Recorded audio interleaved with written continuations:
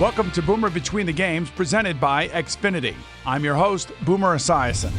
All right, on the phone we have one of the great wide receivers in Philadelphia Eagles history, Mike Quick. He's a 5-time Pro Bowler and a former Philadelphia Eagles wide receiver. He's in the Philadelphia Eagles Hall of Fame and now is the color commentator for the Philadelphia Eagles in their radio network. Mike, always great to talk to you. Thanks for coming on. Absolutely, Boomer. Always fun to talk to you. All right, well, let's get back into it right now, and let's look back to week one. First and foremost, I don't know what you thought of Carson Wentz. You've been around him, obviously, being there with the Eagles. I know all about why they went and got Carson Wentz because, as you know, the offensive coordinator there is my former college roommate, Frank Reich, and he's been speaking nothing but superlatives about him. And certainly when I watched him on Sunday against the Cleveland Browns, I got to believe that the Cleveland Brown fan is like, what are we thinking about not drafting this kid? Why did we trade out of the second spot? But his performance, really, given the fact that he hadn't played that much in preseason, was off the charts. The poise, the demeanor, just the whole way he carried himself, the way he played in the pocket. I would imagine from you watching him and seeing him through OTAs and everything else, you probably feel pretty good about where the Eagles are now with their young quarterback. This young quarterback, Boomer, is outstanding. You know, everyone talks about you guys that play that position as cerebral guys, but he brings so much more to the table. Quarterbacks have to be tough, and I right away see the toughness that he has and his awareness at the line of scrimmage and his ability pre-snap to adjust his team, put these guys into a good play based on what he sees on the other side of the ball.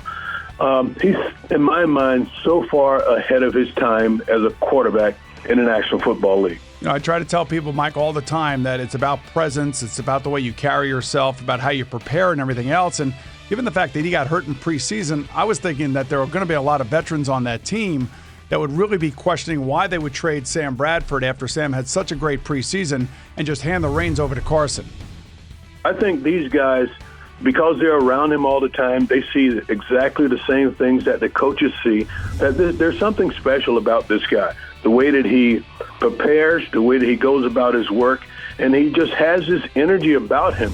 If there's an it factor, Carson Wentz has that it factor. Let's take a look back now also at Jimmy Garoppolo and his performance Sunday night in the desert out there against the Arizona Cardinals. I don't know if you saw this, Mike, but the Cardinal coaching staff, the front office, everybody was just livid with the fact that they didn't win the game, given all the problems that the Patriots had going into the game, including a very shaky offensive line, at least on paper. It certainly wasn't the way they performed.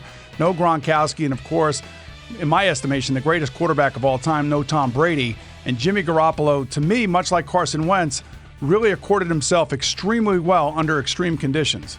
Well, you look at who he's played behind and who he's had to watch as a mentor, and I think that really helps Garoppolo, even not being able to play, but able to watch what Tom Brady has done throughout the time that he's been there. I think any team in the AFC East would love to have him as their starter regardless. The guy just has it. He's filling in for probably the greatest quarterback of our time. I think he acquitted himself very well. I know you guys are going to be traveling into Chicago on Monday night with the Philadelphia Eagles and Carson Wentz. The Chicago Bears, basically a tough game against the Houston Texans. They did not look great, especially in the second half. Now, the Texans have one of the best defenses in football, and with Brock Osweiler there now, I think there's a lot of newfound confidence, so not an easy game for the Bears. The Eagles now go on the road. It's a Monday night game. You know what Monday night games are like. I know what Monday night games are like. Carson Wentz, can he handle this type of stress, and how do you think he'll play against the Bears?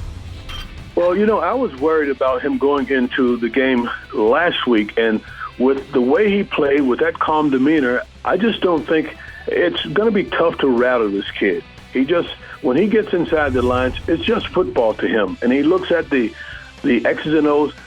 I don't think the atmosphere, the surroundings, the big stage, I don't think the big stage affects him at all. I think he's able to really hone in on what he needs to do as a quarterback, and I think he's able to get it done.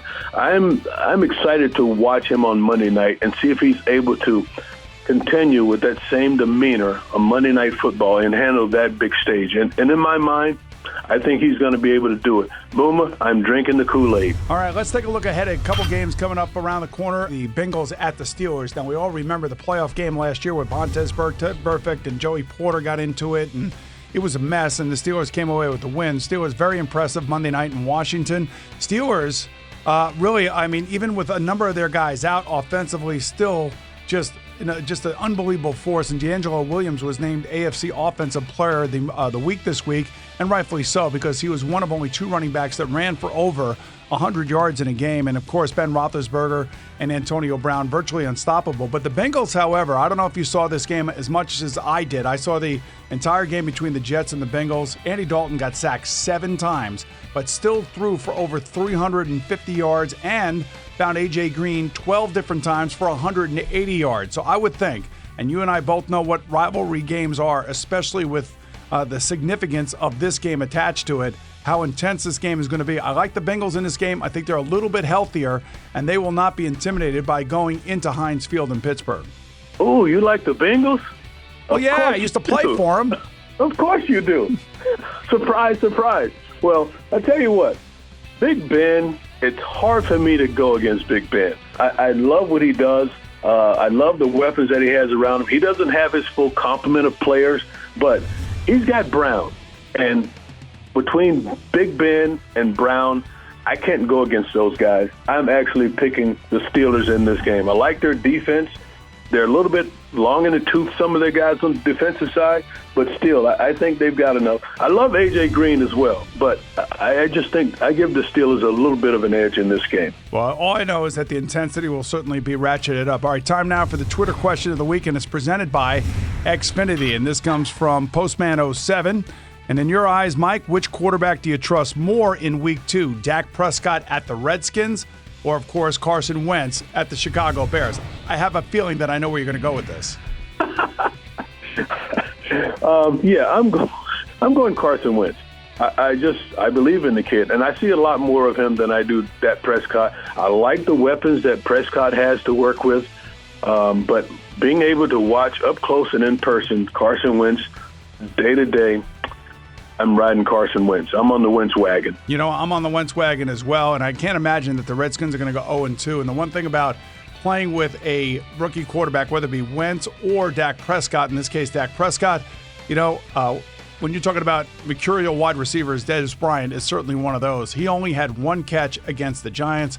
It could be a long year for him, but if I'm Jason Garrett, I just got to get this guy involved, and I got to get him involved early, and it will make Dak Prescott's life a little bit easier. If you have a question for us, tweet at us at #BoomerBTG, and maybe we'll use your tweet on the show. All right, Mike, thanks so much for joining us. Now, next week, our guest will be Brian Jones of CBS Radio and also CBS Sports Network. Thanks for tuning in to Boomer Between the Games, presented by Xfinity. Xfinity X1 will change the way you experience TV.